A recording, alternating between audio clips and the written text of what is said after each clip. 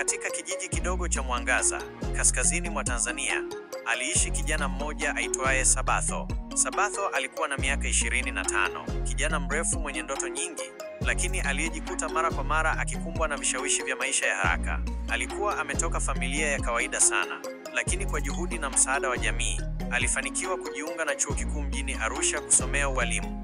Wakati muhula mpya wa masomo ulipoanza, mama yake alimletea shilingi 800,000 zilizokusanywa na familia nzima pamoja na msaada kutoka kwa mjomba mmoja aliyeishi Dar es Salaam. Zilikuwa ni ada ya muhula mzima. Sabatho aliahidi kuwa angeenda moja kwa moja chuoni kulipia, lakini moyo wake haukuwa thabiti kama maneno yake. Alipofika mjini, kabla hata hajafika chuoni, alikutana na marafiki zake wa zamani waliomkaribisha kushare usiku wa starehe katika baa maarufu ya kwa Mwajuma. Walimshawishi kuwa maisha ni mafupi na si vibaya kufurahia kidogo kabla ya msongamano wa masomo kuanza. Kwa aibu na tamaa ya kuonekana amefanikiwa, Sabatho alikubali. Usiku huo aliwaonjesha marafiki zake pombe, nyama choma, muziki na hata kuwagawia hela wahudumu. Kila mmoja alimuita mzee wa mtaa, akapewa heshima na vigelegele. Bila kujua, zaidi ya shilingi 500,000 zilipotea usiku mmoja.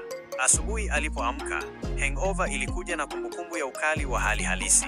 Alikuwa na shilingi 300,000 tu, ambazo hazitoshi hata kwa nusu ya ada. Kwa hofu, alijaribu kuzunguka kwa baadhi ya watu chuoni kuomba msaada wa dharura, lakini waliomwelewa walikuwa wachache. Sabatho alianza kudanganya, akitunga stori kuwa pesa zake ziliibwa, akapewa siku 3 tu awe amelipa ada iliyobaki. Badala ya kutafuta njia ya kurekebisha, alirudi tena kwa marafiki. Akajaribu kubahatisha kwa kucheza kamari ili arudishe alichopoteza. Matokeo yake, akapoteza hata hiyo 300,000 iliyobaki. Baada ya siku 3, jina lake liliwekwa kwenye orodha ya wanafunzi waliofukuzwa kwa kushindwa kulipa ada. Akiwa amepoteza kila kitu, aliaibika kurudi kijijini. Mama yake alilia kwa uchungu, kijiji kizima kilimlaumu. Lakini hiyo haikuwa mwisho wa maisha yake. Baada ya miezi kadhaa ya kufanya kazi ya vibarua kwenye ujenzi, akisaidiwa na mchungaji wa kanisa la kijijini, Sabatho alijifunza thamani ya nidhamu na majuto ya kweli. Alirudi chuo mwaka uliofuata kwa msaada wa mkopo wa serikali, na safari hii alikataa vishawishi vyote. Alifaulu kwa daraja la 2 la juu, na leo hii ni mwalimu mashuhuri wa sekondari ya Mwangaza.